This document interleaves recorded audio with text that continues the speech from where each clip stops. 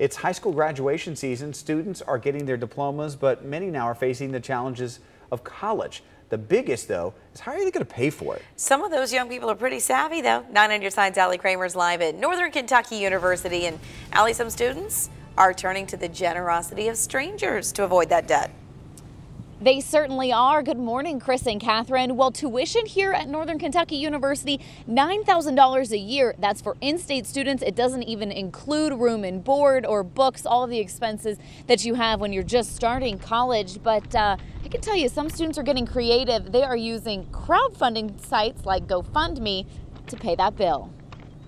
I'm going to be the first child of my mother to be able to go to college. Bryce Roberts is graduating from Winton Woods High School in just a few weeks. This is my first choice, and it was my only place I applied to. He's headed to Alabama A&M University in Huntsville. That is, if he can pay the $26,000 tuition. When scholarships and grants weren't enough, he turned to GoFundMe. His goal? Raising $20,000. And he's not alone. According to the crowdfunding site, Ohio ranks in the top 10 for students raising funds for education. Since 2014, more than 4,200 campaigns have raised $1.5 million.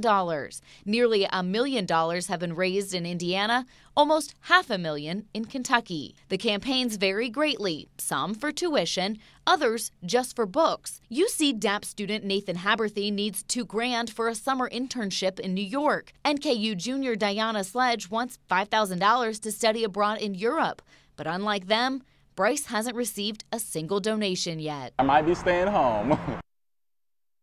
So here's exactly what you need to know before you start a campaign. If you're not familiar with GoFundMe, it's free to start a campaign. You can do it really for anything you want, but they're taking 7.9% of every donation. That can be a pretty steep fee when you're using it. Now, it's actually, as I mentioned, free to start a campaign, but there's really no limit to how much you can ask for, and you don't necessarily have to reach your goal like you do with a Kickstarter campaign to be able to get that money. You can simply withdraw it at any time, but be warned, it could take 5 to 7 business days before you actually see that money hit your bank account. Chris and Catherine? Allie, this sounds great in theory, but like you saw there, donations vary. How successful is this type of concept for college students today?